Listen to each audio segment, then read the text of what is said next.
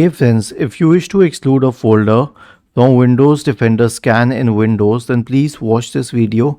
I will guide you through the procedure. So search for Windows Security in the Windows search bar and open Windows Security, and then go to the Virus and Threat Protection tab on the list on the left hand side.